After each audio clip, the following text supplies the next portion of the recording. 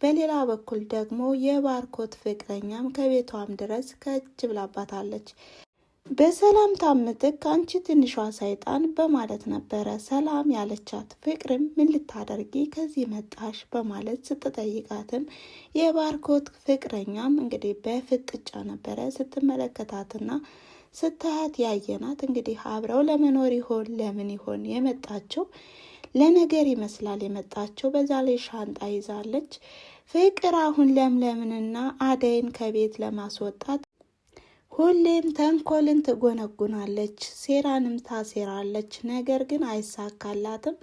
አሁንም ቢሆን እያለቃቀሰች ትገኛለች። በባለፈው ክፍል እንዳያችሁትና እንደተመለከታችሁትም ሊዲያ አንቺ እኮ ፍቅር በጣም ክፉና ተንኮለኛ ነች፣ ተቀምጠሽም ለሰው አትጠቅሚም። በዛ ላይ ደግሞ አሁን ላይ ራስሽን ሲጥ አድርገሽ ብትገል እኮ ይሻልሻል ባለቻት መሰረት ነበረ። ፍቅርም እንግዲህ ከአልጋ ላይም ሆና መድኃኒቷን ይዛ እያለቃቀሰች ነበር። በዚህ መሀል ግን ወደ ራሷም ስትመለስ ለምንድን ነው እንደዚህ የማደርገው? ለምንድን ነው የማለቅሰው? እኔ ስሞት እኮ እነሱ አለማቸውን ሊቀጩ ነው። ይሄማ በፍጹም ሊሆን አይችልም። እኔ ኑሬ የእነሱን ዋጋ መስጠት አለብኝ በማለትም ትስትባቸውም ነበረ። በሴቶች መሀል ሆኖ የሚዋለለው ዴቭ ወይም የአደይ አፍቃሪ አሁን ላይ ለምለምንና አደይን ጥሩ ንፋስ እንዲወስዱን ብሎ ወደ ካፌ ወስዷቸዋል። በዛ ላይ ኤላም ደውሎለት ስለነበር ለምለምን ከኤላ ቤት ሄደሽ ስራ መስራት ይኖርብሻል፣ አሁን ላይ አደይ እጇን ስለታመመች ነው በማለትም ይህን ሀሳብ ሲያቀርብላት፣ ለምለም ግን እኔ እንደዚህ አላደርግም፣ እኔ አልሄድም፣ ኤላ እኮ አስከፍቶኛል፣ ጥሎ ሊሄድ ነው በማለትም ሁሉን ነገር እያወራች ባለችበት ሰዓትም ዴቭም ኤላ አንቺን ይወድሻል፣ ሁሉን ነገር ያው የአባቱ ውሳኔም ስለሆነና ብዙ ነገር ያሰበው ነገር ስላለ እንጂ አንቺን ጠልቶሽ አይደለም በማለትም ኤላ እንደሚወዳትና እንደሚያፈቅራትም ይናገራል። ለምለምም እኔ እኮ ኤላን በጣም ነበር የምወደው፣ ነገር ግን የአባቱን ውሳኔ ተከትሎ ጥሎ ሊሄድ ነው። አንተ በሱ ቦታ ብትሆን ምን ታደርጋለህ? አደይን ጥላት ሄድ ነበር በማለት ጥያቄ ትጠይቀዋለች። ዴቭ መለሰላት፣ እኔ አደይን እኔ ብቻ ነው የማፈቅራት፣ ስለዚህ ሁኔታውን በራሴው መወሰን ይኖርብኛል እንጂ እንደዚህማ ለደቂቃ ጥያት አልሄድም ብሎም ይመልስላታል። ለምለምም ይውልህ እንደዚህ ነው የምልህ፣ እኔ ኤላን በጣም ነበር የምወደው የማፈቅረው፣ በዛ ላይ ብቸኛ ነኝ በማለትም ብቸኝነቷን ለመናገር ስታስብም አደይም ብቸኛ ነኝ አትበይ፣ እኛ እኮ አለንልሽ በማለትም እያበረታቻትና እያጽናናቻት ነው። ለምለምም እሱማ ልክ ነሽ፣ አንቺን የመሰለች እህት ዴቭን የመሰለ ወንድም ሰጥቶኛል፣ ስለዚህ ብቸኛ አይደለውም በማለትም ወደ ኤላ ቤት ሄዳም ስራ ለመስራት ተስማማች። በዚህም ዴቭ ምን ይፈጠር ይመስልሻል በማለትም አደይን ጠየቃት። አደይም ሁለታቸውም ስለተነፋፈቁ ምንም አይፈጠርም፣ አውርተው ይመለሳሉ እንጂ በማለትም ትናገራለች። በኤላ ፍቅር የተጠመደችው ቀበጧ ሊዲያም ድንገት ዘው ብላ ከኤላ ቤት ትገባለች። በዚህም ኤላ በጣም ተቆጥቶባታል። አንቺ ግን ስነ ስርዓት የሚባል የለሽም በማለትም ገጥሟታል። እሷም ደግሞ ምን አደረግኩኝ? እኔ እኮ ስለናፈቀኝ ነው በማለትም እሷን እንደፈለገችውና እንደናፈቀችውም እየተናገረች አንቺ ምን ሆነሽ ነው እንደዚህ የምታደርጊው? ዛሬሽ ደግሞ ምን ፈልገሽ መጣሽ? በማለት የተለመደ ጥያቄውንም እየጠየቃት ነው። ሊዲያ ምን እኮ ናፍቀኝ ነው ደግሞ ደብሮኝ ነው በማለትም ትመልስለታለች። ኤላም ስለ ለምለም ይጠይቃታል። ለምለም እንዴት ናት? እየተንከባከብሽልኝ ነው በማለትም ሲጠይቃትም ለምለምም እንግዲህ ግልጽም ስለሆነች ከዚህ ላይ የማላደርገውን ነገር አደርጋለሁ ብዬ ቃል አልገባልህም ባለችው መሰረትም እኔ እየተንከባከብኳት አይደለም በማለትም ትመልስለታለች። ከዚህ መሀል ግን ወሬያቸውን በሚዋሩበት ሰዓትም ስለ አደይና ስለ ለምለም በሚጠይቅበት ሰዓትም አደይ እጇ እንደተቃጠለችና ስራ መስራት እንደማትችል ነገረችው። ተንኮለኛዋ ፍቅርም አቃጠለቻት በማለት ስትነግረውም ኤላም በጣም አዘነ። አደይን እንደዚህ ካደረገቻት ለምለምንም ምን ታደርግብኝ ይሆን በማለት በውስጡ አዘነ፣ ተከዘ። በመቀጠልም ደመቀና ኪንጎም አደይን እየጠበቁም ሳለ ተንኮለኛዋ ፍቅርንም ያገኟታል። ፍቅርም ደመቀን ስታገኘው በጣም ደንግጣለች። ደመቀ በማለት ታዲያ ደመቀም ለማናገር ቀረብ በሚልበት ሰዓትም ፍቅር ግን ደንግጣ ወደ ቤቷ ነበር የሮጠችው። በአደይ ፍቅር የተጎዳው ዴቭም መዋራሻ አለኝ በማለትም አሁንም ብዙ ነገር ዳር እያለ ነው። ፍቅሩንም እንደ በፊቱ እየገለጸላት ነው። ነገር ግን አደይ እንደተለመደውም እየተግደረደረች ነው። አደይ አሁን ላይ የእናቴና የእህቴ ነገር ያሳስበኛል። በውስጤ ብዙ ሀሳብ እንዳለ ብነግርህ እኮ አንተ ደግሞ በእኔ የተነሳ አንተ መጎዳት የለብህም፣ በዛ ላይ ደግሞ ጊዜህንም ማቃጠል የለብህም በማለት እየተግደረደረች ይህንን መልስ ስትሰጠውም ዴቭም በቃ ትወጅኛለሽ አትወጅኝም በማለት የተለመደ ጥያቄውንም ሲጠይቅ አደይ ግን እኔ ባልወድህ ኑሮ አብሬህ እንደዚህ እሄድ ነበር፣ አንተ እኮ መልካምና ቅን የዋህ ሰው ነህ በማለትም ስትመልስለትም አሁንም ዴቭም እንደከፋውና ብዙ ልቡ እንዳረካም ይናገራል። እንደዚህ አትበይኝ፣ በቃ ፍቅሬን ተረጂ ነው የምልሽ በማለትም ውሳኔዋን እንድታሳውቀውና መወሰን እንዳለባትም ይናገራል።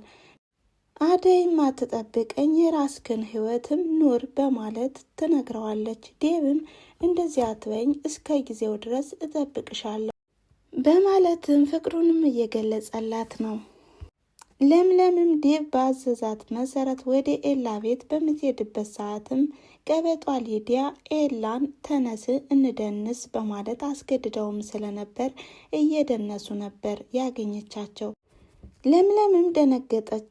እሺ ምን እያደረጋችሁ ነው በማለት ጠየቀቻቸው። ኤላም ደነገጠ። ሊዲያ ግን በጣም ደስ ያላት ትመስላለች። ታዲያ አደይም እጇን ስላመማት ስራ ለመስራት ነው የመጣሁት፣ ስራዬን ሰርቼ ብሄድ ይሻላል በማለትም ወደ ኩሽናም ገብታ ስራዋን ጀመረች። በመቀጠልም ደመቀ ፍቅርን ተከታትሏት ነበር ወደ ቤት የገባው። ምን ሆነሽ ነው የምትሮጪው በማለትም ያፋጥጣታል። አንተ ምን ፈልገህ ነው የመጣኸው?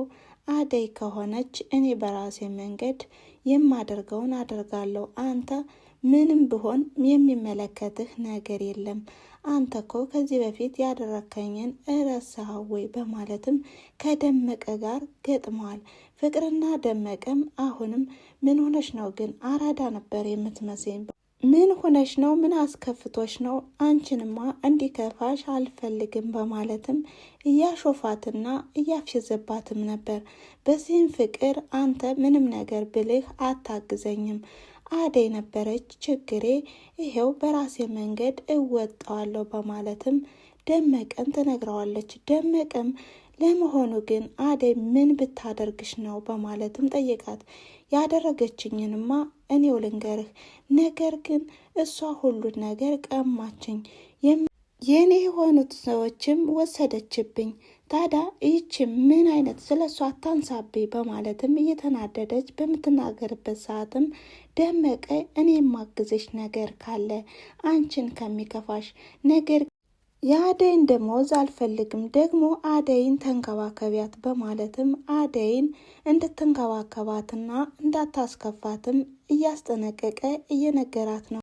በጭቅጭቃቸው መካከልም ንጉስ ይመጣና አሁን ሰው እየመጣ ነው መውጣት ይኖርብናል በማለትም እንዲያመልጡ ለደመቀ ይነግረዋል። ምክንያቱም አደይና ዴቭ ከወደ በርም ሲመጡ ስላያቸው። ኤላ ለምለምን ለማባበልም ወደ ኩሽናም ገብቶ አንቺ እንዳየሽውና እንደተመለከትሽውም አይደለም፣ እኔና ሊዱ እየደነስነ ስላየሽን ምንም የተፈጠረ ነገር የለም በማለትም ለማባበል እየሞከረ ነበር። እሷም ደግሞ እኔ ምንም አይመለከተኝም፣ ነገር ግን እንደተቀየርክና እንዲሁም ለእኔ ቦታ እንደሌለህ ነው የማውቀው የተሰማኝ በማለትም ሁሉን ነገርም ትነግረዋለች። ኤላም እንደዚህ አትዘቢ፣ አንቺ እኮ በጣም ነው የምወድሽ፣ በጣም ነው የማፈቅርሽ በማለትም ፍቅሩንም እየገለጸላት ባለበት ሰዓትም ቀበጧ ሊዲያም ኤላዬ ከዚህ ነህ እንዴ በማለትም ለምለምን ለማናደድም አንቺ ከዚህ ያለሽ እንዴ ይህን ቡኮሽን እያወካሽ በማለት የማይሆን ቃል ትናገራታለች። በዚህም ኤላ በጣም ተናዶ ጥሏት ይወጣል። ታዲያ ሊዲያም አሁን ላይ ብዙ ጊዜ ትመላለሻለሽ ከዚህ ቤት፣ ምን አልከሰከሰሽ የዚህ ቤት፣ ከዚህ በኋላ ከዚህ ቤት ስትመጭ እንዳላይሽ፣ ስራሽን ሰርተሽ መሄድ ይኖርብሻል በማለትም ለምለምን ታስጠነቅቃታለች። ለምለምም አንቺ እንደዚህ አትበይኝ፣ ጥገኛ አትበይኝ፣ ጥገኛ አይደለውም እንዳንቺ በቤተሰብ ብር የምንደላቀቅና የምኖር አይደለውም። በዛሬ ደግሞ በራሴ የምቆም ነኝ። ስለዚህ ስራዬን ልስራበት፣ ውጪልኝ በማለትም ታስወጣታለች። ተንኮለኛዋ ፍቅርም ሳሎን ላይ ተቀምጣ ሳለችም አደይና ዴቭ ሲመጡም እሷም በነገር ነበር የተቀበለቻቸው። ዴቭም ጠየቃት፣ እነዚህ ልጆች ምን ሊያደርጉ ነው የመጡት በማለትም ሲጠይቃት፣ እሷም ደግሞ አደይን ፈልገው ነው የመጡት፣ ስለዚህ አደይን ካላመጣሽ ብለው አስፈራሩኝ፣ ዛቱብኝ በማለትም ውሸት ትዋሻለች። ታዲያ ዴቭም በቃ ከነዚህ ልጆች መራቅ ይኖርብሻል፣ ከዚህ በኋላ እንዳላያቸው እያለም እየዛተም ነበር። ታዲያ ፍቅርም አሁንም ተንኮለኛ ናትና አደይ ናት እንጂ እኔማ ምን አደረግኩኝ፣ ከተፈላለጋችሁ በውጭ ሁናችሁ ተገናኙ እንጂ ከዚህ ቤት መገናኘት አይቻልም በማለትም አደይ ላይ ጮኸችባት። አደይም ከኔ ጋር ምንም ነገር የለም፣ ከእናንተ ጋር የምታወሩት ካለም ሂጄ አስጠነቅቅልሻለሁ፣ የሚያስፈራሩሽም ከሆነ እያለች ስትናገርም ዴቭም ከዚህ በኋላ ከነሱ ጋር ስትገናኝ እንዳላይ፣ ሰዎቹ መጥፎዎች ናቸው በማለት እያስጠነቀቃት ነበር። ነገር ግን አሁንም ፍቅር አደይንና ዴቭን ለማለያየትም ብዙ ጥረትም እያደረገች ነው። ታዲያ አሁንም አደይ እኔ እኮ ምንም ነገር የለኝም ስትልም እሷም ፍቅርም የዛኔ እኮ አሳግተሽ ከኔ ብር ተቀብለሻል በማለትም ትናገራለች። ዴቭም የራስሽን የጠነሰሽውን ነገር ወደ ሰው ላይ አታላኪ በማለት ልክ ልኳን ሲነግራትም አደይ ግን በጣም ደንግጣለች።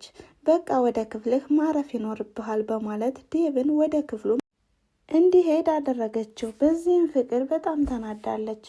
ለምለምም ምግቡን ሰርታም ስትጨርስ ወደ ቤት እንደምትሄድ ስትናገርም ኤላም ምግብ በልተሽ ነው መሄድ ያለብሽ እንጂ በማለት ሲጠይቃትም እሷም ደግሞ ምግብ መብላት እንደማትፈልግና የምግብ እኮ ችግር የለብኝም በማለት ይህን ነገር ስትመልስም ሊዱም የራስሽ ጉዳይ ተጠራጊ በማለት ሁሉን ነገርም ተናግራም እንድትወጣ ታደርጋታለች።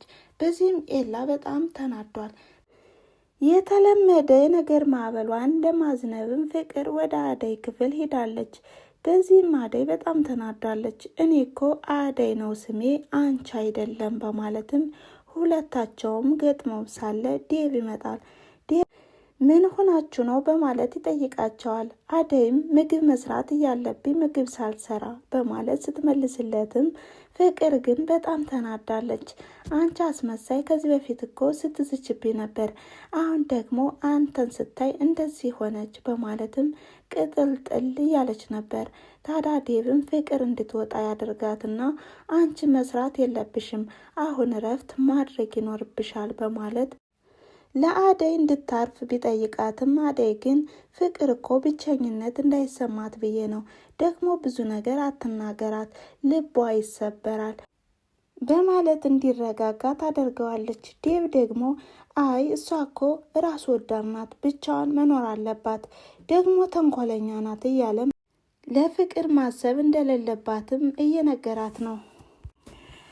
ቀበጧ ሊዲያም ከኤላ ሶፋ ላይ ሆና እንደተለመደው እየጨፈረች ነው። በዚህም ኤላ በጣም ገርሞታል። በመቀጠልም ተንኮለኛዋ ፍቅርም ኩሽና ላይ ሆናም እንዶሜን እያበሰለች ነው። በዚህ መሀል ግን ዴቭ መጥቶም ስለነበር ምን እያደረግሽ ነው ሲላትም ያው አለ አይደለ ለምለም ምግብ ስላልሰራች አሁን ላይ እንዶሜን እየሰራው ነው በማለትም አብሯት እንዲቆይ ትጠይቀዋለች።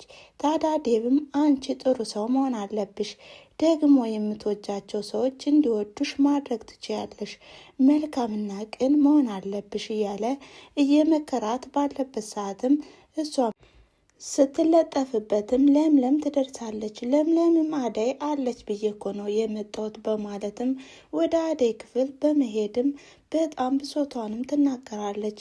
ኤላ እኮ በቃ እንደ በፊቱ አልሆነልኝም፣ ከሊዱ ጋር እየደነሰ አገኘሁት፣ ደግሞ በመለያየታችን ምንም የተከፋ አይመስልም በማለት ብሶቷን ለአደይ የነገረቻት ነው። አደይም እያበረታቻትና እያጽናናቻት ነው።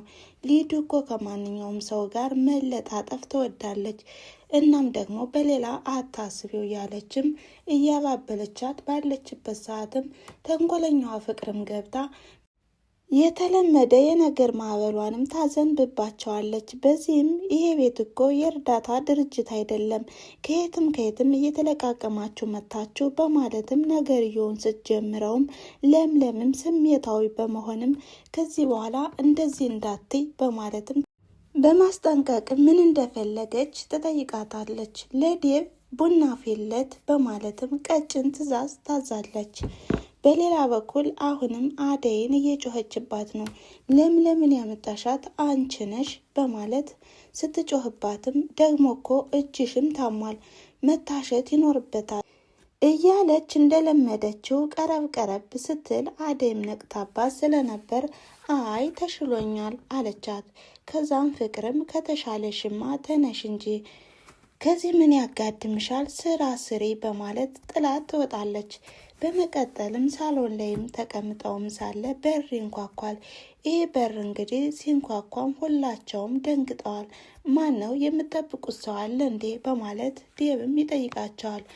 አይ ኤላ ይሆናል በማለትም ቀበጧ ሊዲያም ትናገራለች። ታዲያ እኔ ልክፈተው በማለትም በሩን ስከፍተውም ባላሰበችው መንገድ ባልተዘጋጀችው መልኩ አሁን ላይ የባርኮት ፍቅረኛ ከች ብላለ። ዘውም በነገር ማለት ነው አንቺ ትንሿ ሰይጣን በማለት ነበር የተገናኙት። ታዲያ የዛሬው ቪዲዮ ያቆመው ከዚህ ላይ ነበረ። ስለተከታተላችሁኝና አብራችሁኝ ስለቆያችሁ ከልብ አመሰግናለሁ በማለት በቀጣይ ቪዲዮ እስከምንገናኝ ድረስ መልካም ጊዜ። ቻው ቻው።